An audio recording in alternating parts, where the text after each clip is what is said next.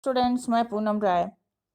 जैसा कि हम लोग हमेशा करते हैं, वीडियो के आधे भाग में इस पैराग्राफ के आशय को समझते हैं और आधे भाग में उसके प्रमुख बिंदुओं के बारे में जानते हैं।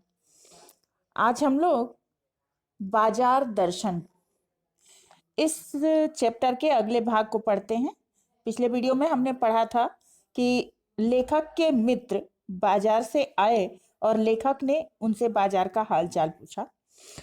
तो मित्र बोले कि कुछ मत पूछो, बाजार शैतान का जाल है।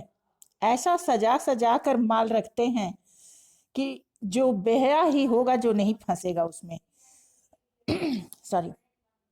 लेखक ने कहा कि ठीक है, बाजार आमंत्रित करता है, आकर्षित करता है कि आओ मुझे लूटो और लूटो, सब भूल जाओ, बस मुझे देखो। मेरा रूप और किस लिए है? मैं तुम्हारे लिए हूं। नहीं कुछ चाहते हो तो देखने में क्या हर्ज है? अरे आ भी जाओ। इस आमंत्रण में इतनी खूबी है, आग्रह नहीं है, बल्कि इस आग्रह में तिरस्कार है। लेकिन ऊंचे बाजार का जो आमंत्रण होता है वो मूक होता है और उससे चाह जगती है। चाह का मतलब अभाव। चौक बाजार में खड़े होकर आदमी को ये लगने लगता है कि उसके पास काफी नहीं है, उसे और चाहिए और चाहिए। उसके पास कितना परिसीमित है और यहाँ कितना अतुलित है, और वो अपनी कामना को दबा नहीं पाता। कोई अपने को ना जाने तो बाजार का यह चौक उसे कामना से व्याकुल बनाकर छोड़ देता है। अरे व्याकुल ही क्यों, पागल बना देता है। असंतोष, तृष्णा और ईर्ष्या से घायल कर मनुष्य को सदा के लिए निरर्थक, व्यर्थ बना देता है, बेकार बना देता है। अब इसमें जो प्रमुख बिंदु आ रहे हैं वो इस प्रकार हैं। किसने बाजार को शैतान का जाल कहा और क्यों? लेखक के मित्र ने बाजार को शैतान का जाल कहा क्योंकि उसने अनुभव किया कि बाजार अपने माल के जादू से पागल बना देने की और अनेक इच्छाएं जगा देने की शक्ति रखता है। बेहया शब्द में क्या व्यंग्य है? बेहया शब्द में व्यंग छिपा है। बेहया वास्तव में उसे कहा गया है जो बाजार के आकर्षण से प्रभावित नहीं होता, सारे निमंत्रणों को ठुकराकर संयमी बना रहता है। वास्तव में मन की कामनाओं से व्याकुल होते हुए भी लोग उस पर नियंत्रण करना चाहते हैं और इसी पर लेखक कटाक्ष करना चाहता है। कौन सा निमंत्रण सॉरी ग्राहकों को अधिक लुभाता है और क्यों?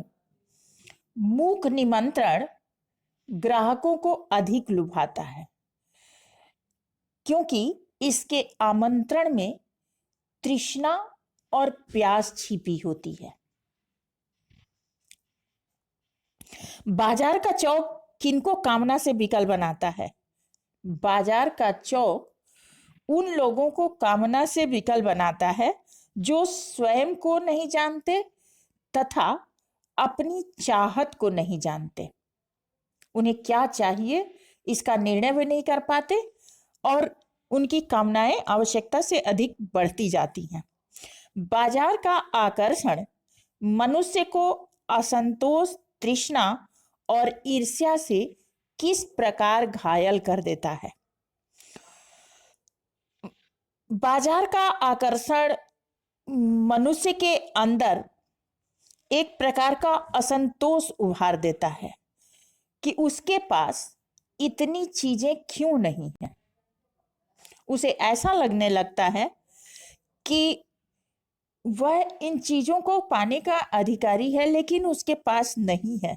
मन में और भी पाने की चाह बढ़ जाती है और धनी लोगों को देखकर उसके मन में ईर्ष्या भी उत्पन्न होती है। इस प्रकार बाजार का आकर्षण मनुष्य के अंदर असंतोष, तृष्णा और ईर्ष्या को उत्पन्न करता है, जिससे मनुष्य बेकार हो जाता है, अपने जीवन को निरर्थक महसूस करने लगता है। लेखक इसके माध्यम से यह कहना चाहता है कि बाजार में जाकर उसके आकर्षण में नहीं फंसना चाहिए। सिर्फ अपनी आवश्यकता के अनुसार ही हमें खरीदारी करनी चाहिए, तभी हमारे अंदर संतोष और एक प्रकार की खुशी का अनुभव होता है।